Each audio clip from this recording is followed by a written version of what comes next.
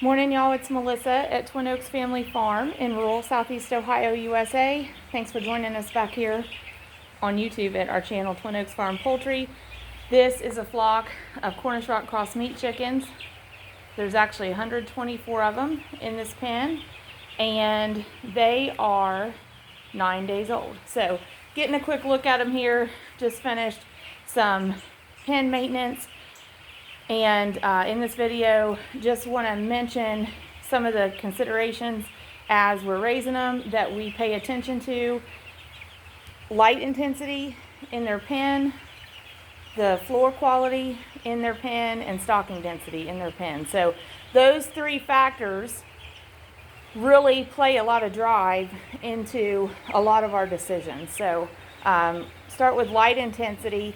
We don't get as complicated or as in-depth with light intensity as we could. You can actually measure the intensity of your lighting in your building if you wanted to, and if you researched it, I know that there's a recommended level of lighting intensity for broilers, for raising broilers, Cornish Rock Cross meat chickens, and really with all chickens, even with your egg chickens, if you're observant, you've noticed that light intensity affects the chickens. We have the obvious example of egg production. Egg production is driven by periods of light, by length of light, length of lighted times, daylight versus nightfall, and that's why we get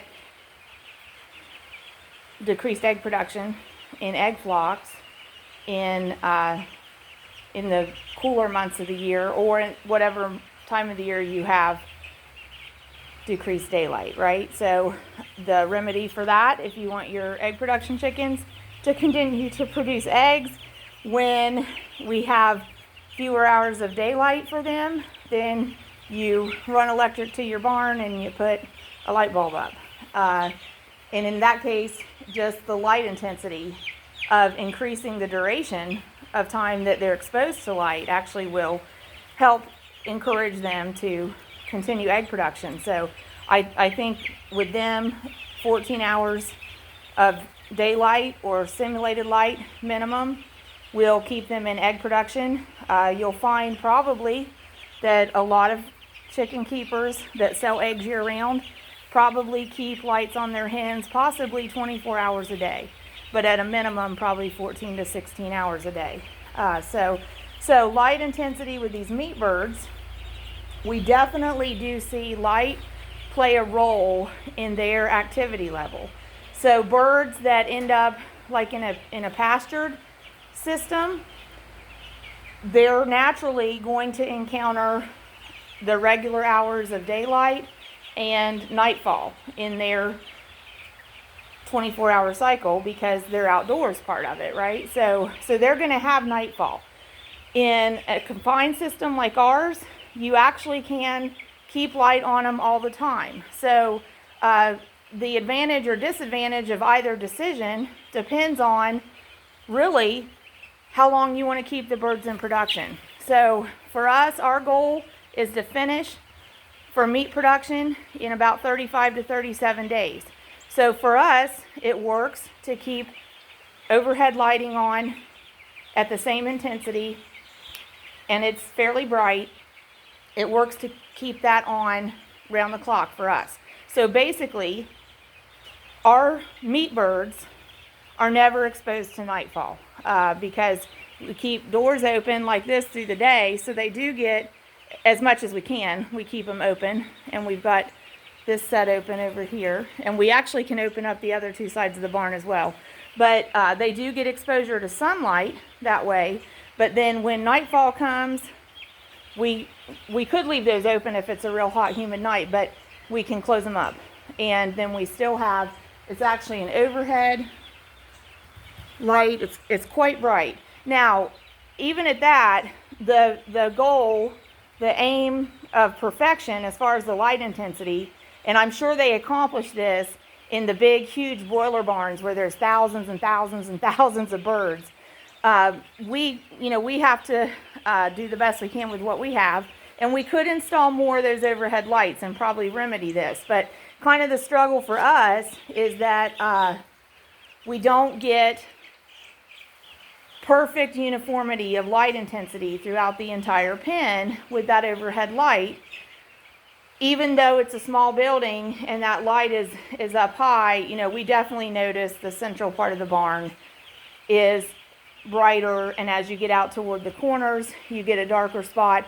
And if you set anything anywhere, like this is a feed can, we're taking a bag of feed at a time, putting it down in here because this is a relatively small group. And at the beginning, like it took them 6 days to get through the first 50-pound bag of feed. We're on the second 50-pound bag of feed, probably going to take them about 3 days to finish it. So right now, day 9, the flock of 124 has consumed about 75 pounds of feed. But anyway, back to the lighting. So, you know, if you set anything anywhere, you're going to get shadow. Well, you know, you're going to see your birds respond to that. There's going to be times they might be drawn to a shadowed place, and if they get there, they're going to sit down and rest. You're going to see the activity diminish.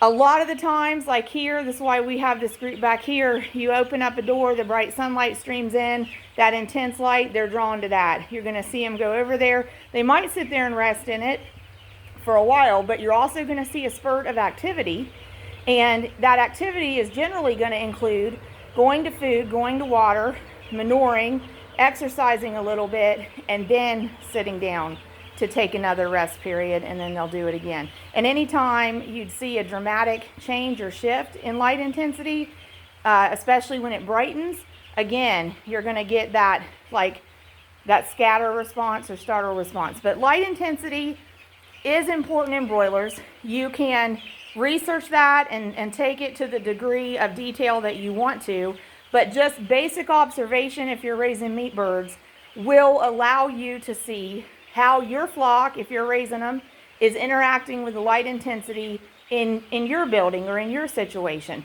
And if you see that your birds maybe aren't active enough to be getting up and going to food as frequently as you need them to, and getting up and going to water as frequently as they need to in order to stay hydrated, then you know you can impact that by brightening the intensity of the light. If you have a flock that, for whatever reason, you feel like they always seem agitated, always seem edgy, always seem scattered, maybe you feel like stress is too much, you could try dimming the intensity of the light to some extent and see what result you get. Now, we don't have the heat lamps on right now. We might, I don't know, I've been evaluating that if we need to turn them back on or not, but I'd like to not to, because we're already about 70 degrees Fahrenheit. It's probably going to warm up a bit, but we do still have, like right there, I've got a clump of birds. That's not what I want. That's not good. I've got a clump there, and see, that's what they're going where they know it's usually a hot spot or a warm spot, and they're piling up there. So we'll probably have to turn part of these lights back on. But it's already in the 70s, and it's going to warm up probably. So they really don't need a lot of heat intensity as far as supplemental warmth. But we also don't want that. We don't want them piling on each other. Now that group kind of spread out. So if it continues to warm, they're gonna spread apart. But the other thing going on today is the humidity. We're getting rain. There's more moisture in the air, and so they're not feeling the warmth that they normally would from like a 70 degree Fahrenheit day that's super sunny and no rain, no moisture in the air. So we're watching that. But what I was going to say about the intensity of the light and taking into consideration your heat lamps, we don't have these on right now, but we use red bulbs. So let's see if we can. We use a red tinted bulb. Okay, now we had noticed, and we've adjusted for it since, we have noticed that we had one bulb in here that was like cherry red, like the feeder, or like the bases of the waters. It was putting off a cherry red tint, and all these others were putting off like an orange red tint. And we noticed that our birds interacted better with the orangey, yellowy red tint than the cherry red tint. So we swapped that bulb out. But we used to use white light heat lamp bulbs. but we were in a different building. And so I wanted to give you this example because it plays into light intensity. When we were in a different building that was more closed in, didn't have, like the gaps in between the boards on the siding. It had the metal siding on the outside, wood siding on the inside. So, sealed up more tightly, less air exchange, and no windows cut in and no large doorways like this. So it wasn't letting in a lot of natural sunlight, and it wasn't letting as much airflow. And it was a great building for cold months with flocks of like 75 birds or smaller. But in that building, of course, it was slightly dimmer naturally. So we would use bright white light heat lamp bulbs for our heat lamps, and that worked great in that building.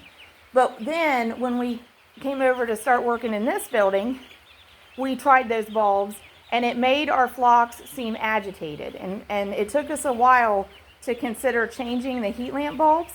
But once we changed the heat lamp bulbs, our flocks settled down and were able to, be comfortable in this building and not stressed out. So it had something to do with the light intensity. So, now in here we stick with the red heat lamp bulbs. I don't have a brand or a set of specs to tell you. And a viewer did point out, and a good point, it'd be nice if we could tell you exactly what heat lamp bulb we use. Here's the deal. We go to our preferred feed mill, Beverly Feed and Supply, and we say, hey, we need some red heat lamp bulbs, and whatever they have, that's what we get. So somehow, I don't know if we were out somewhere else and in a pinch grabbed one or two, like to have spares, and ended up using one and got that different color, that different tint on the bulb. But that's why I don't have specs, because I basically just go and say, I need them, what do you have? I get what they've got. We just say, for the heat lamps, use a 250 watt bulb intended for heat lamps. Try it out and see if it works for your birds.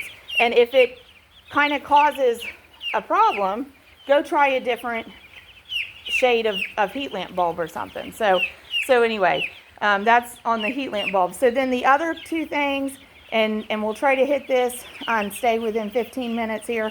But the other two things are pay attention to our floor quality and pay attention to our stocking density as we're raising birds. So floor quality, it needs to be dry. It needs to be dry. It needs to not have sharp, rough edges or pieces in it. It needs to have some kind of medium or material on it that's absorbent so that it can handle the manure load of meat birds. It also needs to not contribute to them slipping. It needs to not become slippery. So you want something that as it absorbs moisture, it isn't also going to become slippery, because these birds, they have enough struggle as it is to stay strong as they grow faster and faster from start to finish. We want to keep the legs strong, but if they're having to constantly fight a flooring material that is slipping, causing them to slip, that's going to be hard on their legs. It's going to lead to injury. So we use pine shavings. And so with the humidity in the air, the base here is called limestone screenings. And so when there's a lot of moisture in the air, or we've had a lot of rain and there's the ground maybe outside gets saturated, sometimes we see some moisture here on the surface of the floor material itself, the limestone screenings. So it's not slippery, but it's moisture. So we skimmed that. For some reason, that's a spot that showed that this morning. And this is a spot back here. And it hasn't been raining in on, but see, it's closer to the ground and we've been having rain. So the ground's getting kind of saturated. And so some of that, is showing up in here. So we just skimmed this with pine shavings this morning too. And the guys skimmed all of this where they're mainly spending like the overnight when we've got the heat lamps on for them. They're spending all their time basically in there between the feeders and where the water is. So they skimmed that last night with pine shavings. So actually we've only used a bag and a half of pine shavings so far in here for them. So stocking density, just going to say you don't want your birds to look crowded, okay? You just want them to have plenty of room. This might be more room than this group needs, but they're going to fill it, and that's why we started with it this way. So We'll catch you again another day. God bless y'all, and thanks for joining us.